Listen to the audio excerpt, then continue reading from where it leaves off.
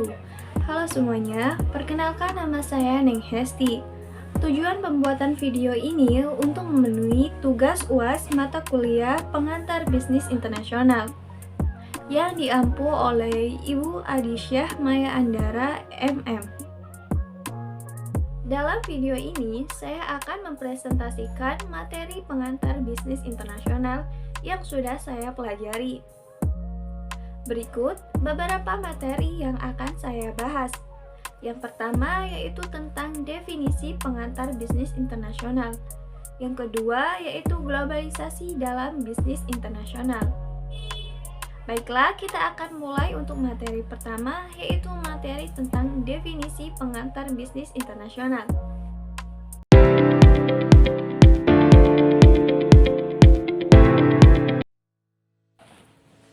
Bisnis internasional adalah aktivitas bisnis yang melibatkan lebih dari satu negara.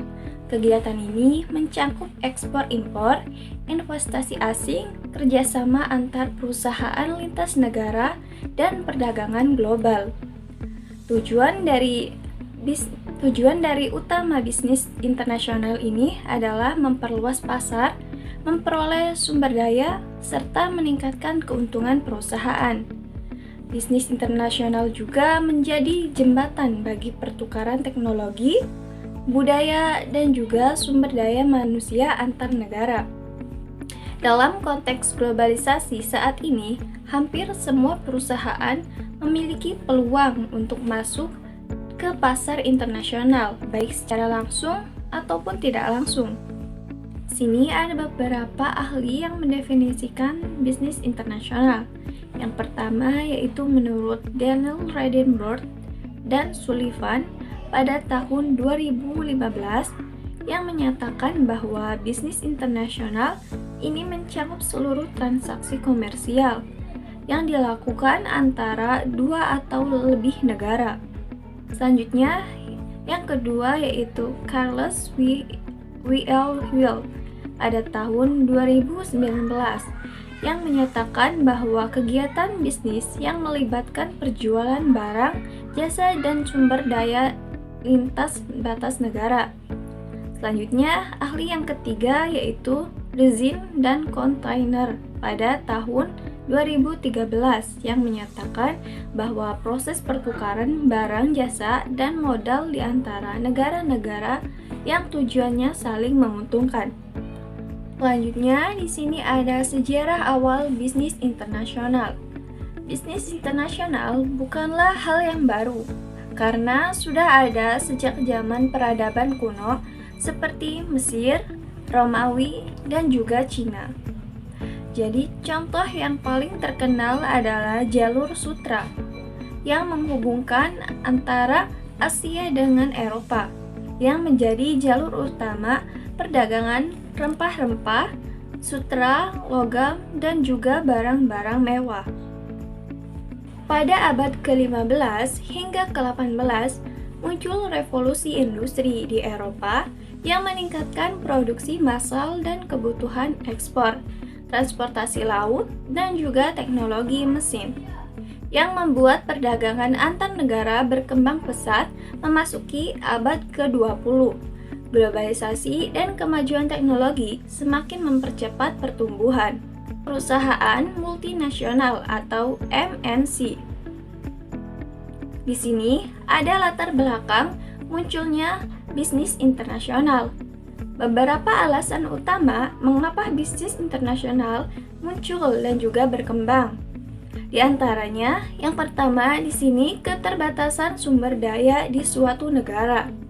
Yang kedua, yaitu perbedaan keunggulan komparatif antar negara. Yang ketiga, yaitu kebutuhan memperluas pasar. Yang keempat, yaitu perkembangan transportasi dan juga komunikasi. Dan yang terakhir, yaitu liberalisasi perdagangan dunia. Selanjutnya di sini ada tujuan bisnis internasional. Yang pertama di sini meningkatkan penjualan dan juga keuntungan perusahaan. Yang kedua yaitu memperluas jangkauan pasar internasional. Yang ketiga, yaitu mengurangi resiko pasar domestik yang fluktuatif. Yang keempat, yaitu meningkatkan efisiensi produksi dengan memanfaatkan sumber daya global. Yang terakhir, yaitu memperkuat hubungan diplomatik dengan kerjasama ekonomi antar negara. Selanjutnya di sini ada perkembangan di era modern. Dalam era modern, bisnis internasional menjadi semakin kompleks dan juga terintegrasi. Di sini ada beberapa faktor pendukung utamanya diantaranya. Yang pertama, munculnya organisasi internasional seperti WTO atau World Trade Organization, IMF, International Monetary Fund, dan World Bank yang mengatur sistem perdagangan global. Yang kedua, yaitu pertumbuhan perusahaan multinasional yang beroperasi di berbagai negara. Yang ketiga, yaitu perkembangan teknologi digital yang memudahkan transaksi lintas negara seperti e-commerce global, Amazon dan juga Shopee. Selanjutnya, di sini ada kesimpulan.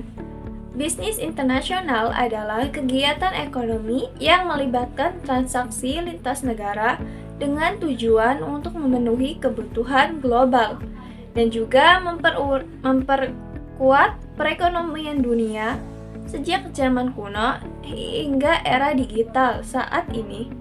Bisnis internasional harus berkembang seiring kemajuan teknologi globalisasi dan keterbukaan ekonomi. Selanjutnya, materi yang kedua yaitu tentang globalisasi dalam bisnis internasional. Di sini ada pengertian terkait globalisasi.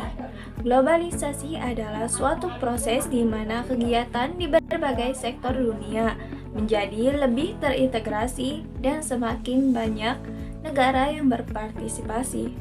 Semakin besar pengaruh pasar global dan juga terhadap semua aspek kehidupan. Selanjutnya di sini terkait globalisasi. Globalisasi berlangsung di segala lapisan kehidupan masyarakat, meliputi aspek ideologi, politik, ekonomi, budaya, sosial, bahkan aspek pertahanan dan keamanan. Teknologi informasi, komunikasi adalah faktor pendukung dalam globalisasi dewasa. Ini perkembangan teknologi begitu cepat, sehingga informasi lebih mudah dapat diperoleh dan disebarluaskan ke penjuru dunia. Kehadiran globalisasi memberikan dampak bagi kehidupan suatu negara, baik secara positif maupun secara negatif. Selanjutnya, ada faktor bisnis internasional. Bisnis internasional dipengaruhi oleh banyak faktor, di antara lain hubungan internasional, globalisasi, dan kondisi ekonomi juga sering harus berdagang dengan negara lain untuk mendapatkan apa yang mereka butuhkan untuk menjaga ekonomi yang sehat. Di sini ada dampak positif di bidang ekonomi terkait dengan globalisasi. Yang pertama yaitu bebasnya pasar internasional. Yang kedua yaitu kemudahan dalam ekspor dan juga impor. Yang ketiga yaitu masuknya perusahaan asing di Indonesia. Yang keempat yaitu terciptanya bisnis e-commerce.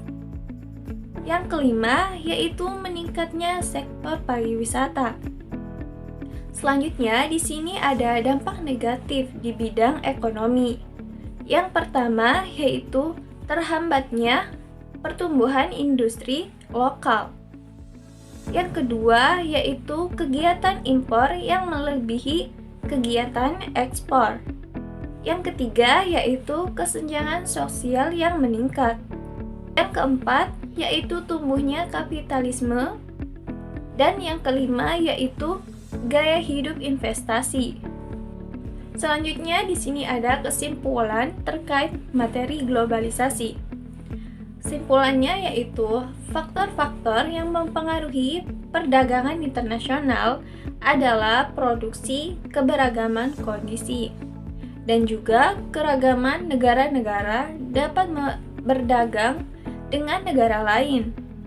Jika mereka memiliki hal-hal yang diinginkan negara lain, dan kedua negara dapat memperoleh keuntungan dari perdagangan tersebut. Cukup sekian materi yang telah saya jelaskan. Kurang lebihnya mohon maaf apabila ada salah-salah kata. Wassalamualaikum warahmatullahi wabarakatuh.